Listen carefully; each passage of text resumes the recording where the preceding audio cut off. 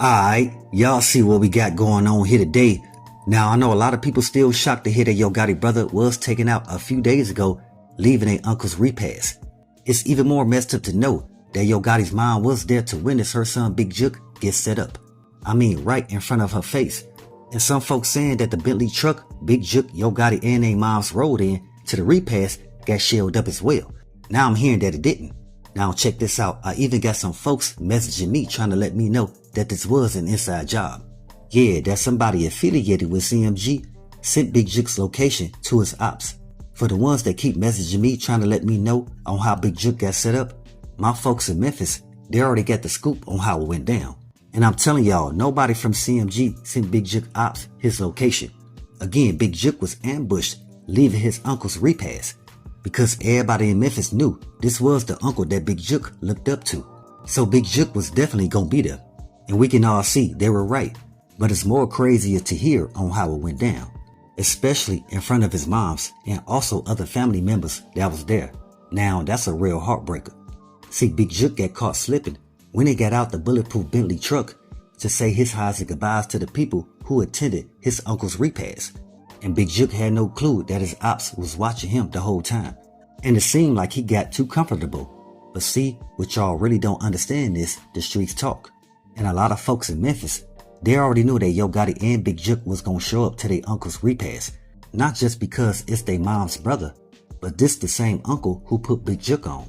Yeah, this the same Memphis OG who put Big Jook in position to make some bread and invest in his brother Yo Gotti's rap career. A lot of folks don't know that Big Jook was the one who fronted Yo Gotti the bread to get CMG off the ground. And everybody affiliated with CMG knew that Big Jook was really the brain, and Yo Gotti is the face of CMG. That's why if y'all really paid attention, y'all will see that most of the artists on CMG had a certain level of respect for Big Jook over Yo Gotti. Because even they knew that Big Jook really got the bread, and he politic with the people in high positions in order to get what he want. Like I told y'all before, which we all know that Big Jook paid some people up that ladder to hide certain information based around the whole Young Dolph case. And with that, I know some people who feel like Big Jook, he got what he deserved for allegedly paying some street cats to set up Young Dolph. And how taking out Dolph really affected the folks from Memphis. Because Young Dolph was like a big enough hope for a lot of folks who didn't know which way to go. Because Dolph wanted to see the young cats win, even to the point of trying to get Trula and Double R in the studio with him to see if he could squash the beef between the two sides. And y'all seen Big Jook, he used the youngsters to carry out his criminal activity. And we all seen Young Dolph, he never had that mentality. Similar to how Young Dolph, he really didn't have an issue with Yo Gotti. Because Young Dolph, he really believed in a little friendly competition on wax. Dolph didn't have a problem with Yo Gotti making a diss song about him, cause he went right back at him. But it seemed like the diss song Young Dolph made about them really affected Yo Gotti and Big Jook, to the point where they paid their goons to make an attempt on Young Dolph's life, way before they planned to take him out at the cookie shop. That's why Dolph's last interview, he stated he didn't have an issue with Yo Gotti and wished them the best in whatever they was trying to do. Matter of fact, Dolph even stated himself, we all from Memphis, so we all get into the bag. That just shows y'all how mature Young Dolph was compared to anybody else. Matter of fact, with that, let's pay our respects and say rest in peace to Young Dolph, condolences to his family, and much love to all my folks in Dolph land. Y'all gotta understand the beef between CMG and PRE was mostly instigated by Big Jook and his guard dog Black Youngster. I told y'all the reason why Big Jook had an issue with Dolph because Dolph didn't want to sign that joint venture deal to bring CMG, Endless Records, and PRE under one music umbrella out of Memphis. Again, Dolph, he declined that $10 million offer because he was motivated to do his own thing. Plus, Dolph stated in the interview he didn't respect how Yo Gotti treated Zedzilla, Snooty Wild, and Starlito like they were beneath him. Knowing those three dudes I just mentioned is the reason why Yo Gotti's rap career went anywhere anyway, because they was ghostwriting for Yo Gotti for years to help boost Yo Gotti's rap career, while they was just looked at as some guys that wasn't equipped enough to still be a part of CMG. That's not the case at all. It's just that Zedzilla, Starlito, and Snooty Wild, again, they was used to boost Yo Gotti's rap career, and they stayed out the way of the PRE and CMG beef. But at the same time, each artist I just named that was once a part of CMG, they was all cool with Young Dolph.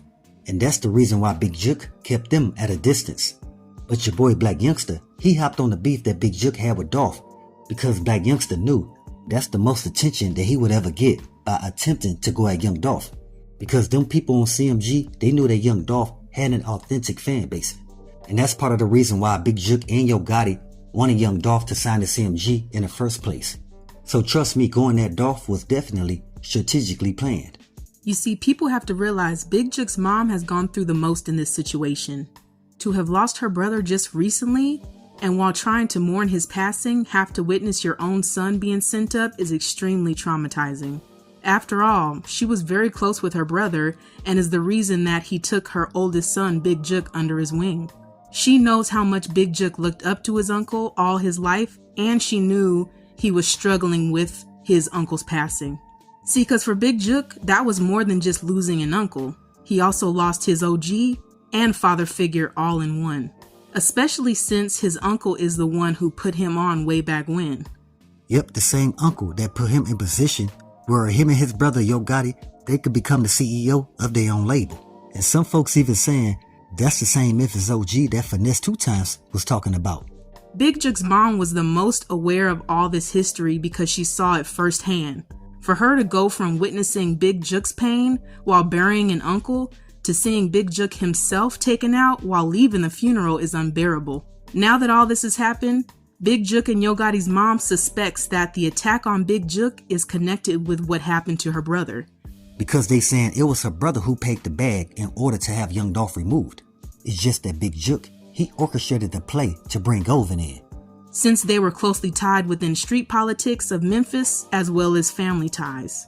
She is on a mission to make sure her affiliates and family look into everything that went down with Big Jook. She's relying on Yo Gotti especially to use his resources to ensure they track down who orchestrated this attack.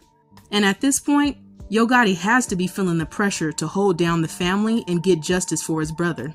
However, he knows that there are so many skeletons in his closet, as well as in the closet of his deceased brother, that he's gonna have to be sure that he treads lightly.